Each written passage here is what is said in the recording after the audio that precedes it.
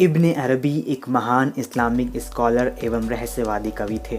हालांकि उन्हें इस्लामिक विचारों के भीतर एक अत्यंत प्रभावशाली दार्शनिक के रूप में ज़्यादा जाना जाता है। इब्न अरबी का जन्म 26 जुलाई 1165 ईस्वी में स्पेन के मर्सिया शहर में हुआ था। इनका पूरा नाम अबू अब्दुल्लाह मोहम्मद इब्न अरबी था। इनके पिता का नाम अबू बकर इब्नुल अरबी था। इब्न अरबी का संबंध मशहूर ज़माना हातिम ताई के परिवार से था। इब्न अरबी सुन्नी थे, लेकिन 12 इमामों पर उनके लेखन को शियाओं के बीच भी काफ़ी लोकप्रियता प्राप्त रही है।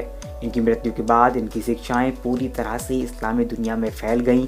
इनकी लिखी हुई किताबें एवं लेख केवल मुस्लिम कुलीनों तक सीमित नहीं थे, बल्कि सूफीवाद के द्वारा उन्होंने समाज के अन्य हिस्से में भी अपनी जगह बनाई। एक युवक के रूप में इब्न अरबी सविल के गवर्नर के सचिव बने और उन्होंने एक बहुत प्रभावशाली परिवार की लड़की मरियम से शादी की। इब्न अरबी की नौजवानी से जुड़ी एक आध्यात्मिक कहानी बहुत मशहूर है। कहा जाता है कि जब शेख इब्न अरबी 16 वर्ष के थे, उन्हीं दिनों वे रियासत के एक ऊंचे घराने में रात के खाने की दावत में शामिल हुए थे। वहां खाने के बाद शराब पिलाई जा रही थी। जैसे ही शराब का प्याला उन्होंने अपने होठों पर रखा तो उनके कानों में एक आवाज़ गूंजने लगी, है मोहम्मद, क्या तुम्हें इसी के लिए बनाया गया था? इसके बाद वह वहाँ से बाहर निकल गए। इस घटना के बाद ही उन्होंने अपना सामान्य जनजीवन त्याग दिया और एकांत में रहने लगे और अधिकतर समय इबादत में ही गुजारने लगे। इसके बाद उन्होंने कई देशों की यात्राएं की और कई उस्ताद शेखों से इनकी मुलाकात हुई। इब्न अरबी ने 36 वर्ष की आयु में पहली बार अपना देश छोड़ा और 1193 में ट्यूनिस की यात्रा की। ट्यूनिस में रहते हुए उन्होंने अपनी ज़िंदगी के मकसद को जाना और फिर पूर्व की यात्रा की ओर निकल पड़े। 1 साल ट्यूनिस में रहने के बाद वे अंडालूसिया लौट गए। घर पहुंचने के कुछ समय बाद उनके पिता की मृत्यु हो गई और कुछ महीने के बाद उनकी मां भी दुनिया छोड़कर चली गई। अपनी मां की मृत्यु के बाद उन्होंने अपनी दोनों बहनों के साथ मोरक्को जाने का फैसला किया और मोरक्को के बाद मगरिब में कुछ स्थानों की यात्रा की। 1201 में उन्होंने ट्यूनीशिया भी छोड़ दिया। 1202 में हज के लिए रवाना हुए और 3 साल तक मक्का में ही रहे। यहीं से उन्होंने अपनी किताब अल-फुतूहात अल-मक्किया और द मक्का इल्यूमिनेशंस लिखना शुरू किया। मक्का में 3 साल समय बिताने के बाद उन्होंने इराक, सीरिया, फ़लस्तीन और अनातोलिया की यात्राएं की। जब इब्न अरबी नॉर्थ की यात्रा कर रहे थे तब इनकी मुलाकात सेल्जुक दरबारी शेख मुजद्दुद्दीन इब्न यूसुफ से हुई। इस दौरान उन्होंने पवित्र शहर मदीना की यात्रा की और इसके बाद 1205 ईस्वी में बगदाद के लिए रवाना हो गए। यहाँ उन्हें शेख अब्दुल कादिर जीलानी के कुछ खास खादिमों से मिलने का मौका मिला। 1206 में शेख इब्न अरबी ने यरूशलेम, मिस्र, मक्का, अलेप्पो और दमिश्क की यात्राएं की। शेख इब्न अरबी की ज़िंदगी के 5 साल इन्हीं देशों में गुजरे।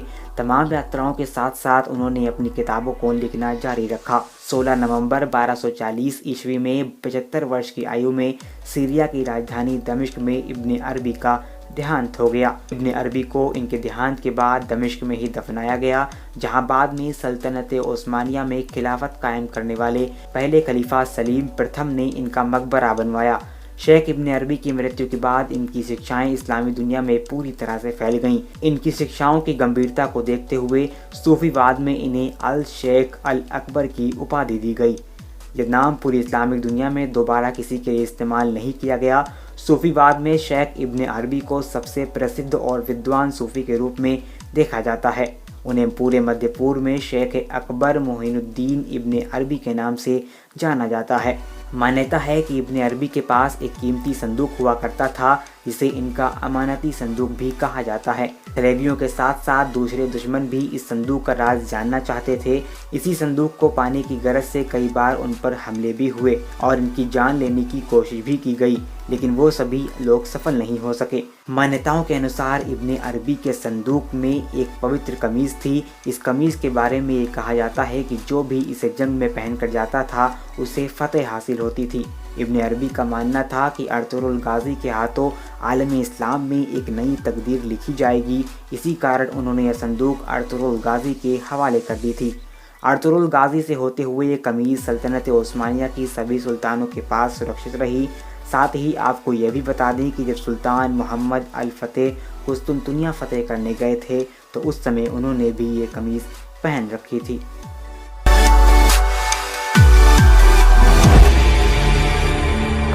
तारीख का जानना ज़रूरी है तारीख कौमों की तकदीर बदल देती है। तारीख से कौमों के उरूजो ज़वाल की राहें तय होती है। तारीख हमें गलतियों से सबक सीखने का मौका देती है। बुलंद अज़ाइम, हिम्मत और हौसला मिलता है।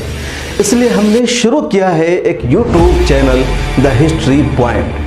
यहाँ हम आपको बताएंगे मुसलमानों का इतिहास, मुख्तलिफ कौमों और बादशाहों की तारीख, मोतबर और मुस्तनद हवालों के साथ पेश करेंगे हिस्ट्री।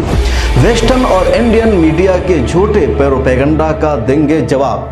फिल्मों और ड्रामों में मुसलमानों का गलत इतिहास पेश करने वालों पर रहेगी नज़र। हर फर्जी किरदार का करेंगे ऑपरेशन। मुसलमानों की तारीख के नाम पर बताए जा रहे हर झूठ का होगा पर्दाफाश। हमसे जुड़िए, हमें देखिए और सब्सक्राइब कीजिए द हिस्ट्री पॉइंट।